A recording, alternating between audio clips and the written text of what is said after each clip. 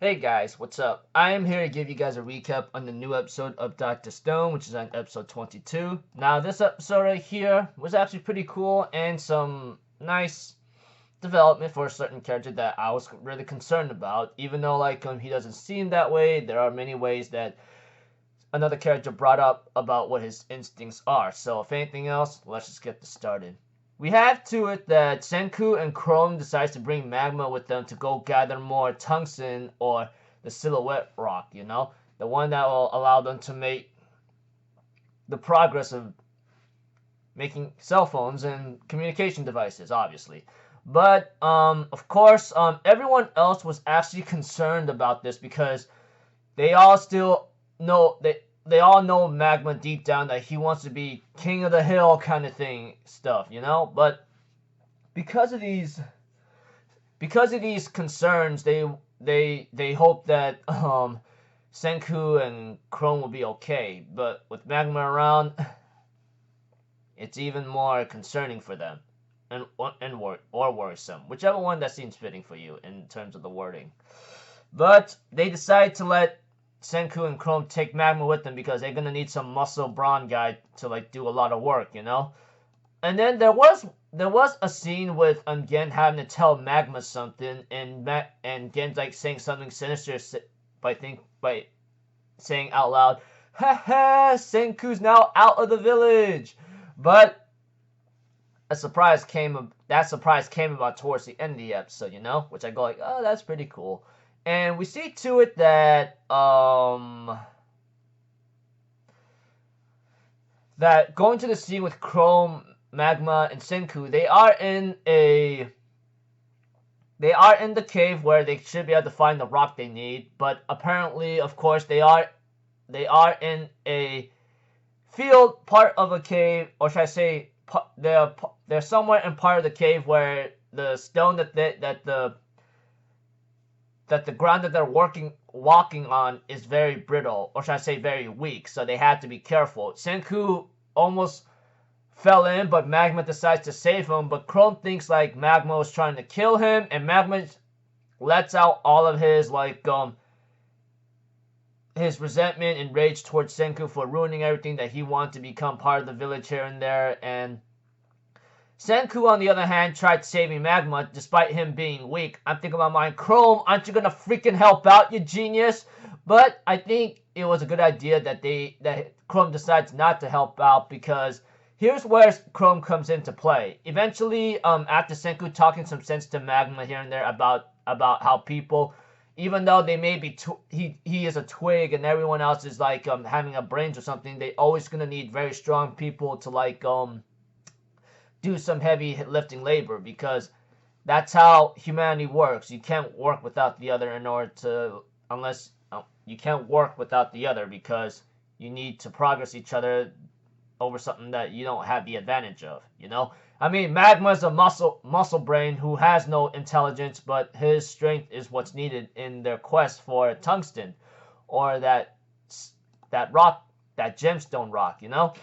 But we see to it that Magma doesn't care about the village anymore, but he tells Senku you better not do anything lame, otherwise I will I will kill you. And until we deal with the Tsukasa guy, show me anything lame, however, I will kill you. And we see to it that that there were some comedic scenes involving Magma and Senku, which is something that that's funny. But anyways, the way how they got out of the hole after Magma and Senku fell in was that Chrome makes a small silicone looks like a silicone tube whatsoever, and he uses the water nearby the field that they're at, and managed to get them out of there by filling up the hole with water by using some kind of tube where the water comes in the tube and then falls out wherever it goes, and yeah, they managed to get out of there right in the nick of time. Of course, Magma throws Senku up, knowing that he's gonna get sick or something, and they end up finding the treasure that they were looking for, and it was pretty awesome here and there. And of course, Magma says a couple things that might be a little sneaky, knowing that he could kill Senku and Chrome, but Magma also reveals that he actually tries to save Senku, you know, and much more to come. Anyways, what's more tense right now is that the surprise towards the end of the episode that Senku thought he was going to be delivered by Tsukasa so the village could be saved, thinking that, oh, that's a logical choice here and there. But Gen and everyone else actually decides to surprise Senku by giving him an astronomy telescope, you know, to look at the skies and everything and someone into space. And I go, oh, that's really cool and awesome, you know, that's really slick. I give them props for actually making that, and they decide to do this for Senku's birthday, you know. And somehow, thanks to Gen's mentalist skills here and there, he ends up knowing how he found out about Senku's birthday by asking him a certain question back then about like being petrified for so many years, and whatchamacallit, he remembers looking at a date with Senku how he became unpetrified due to the fact that he counted those days. But Senku, on the other hand, himself,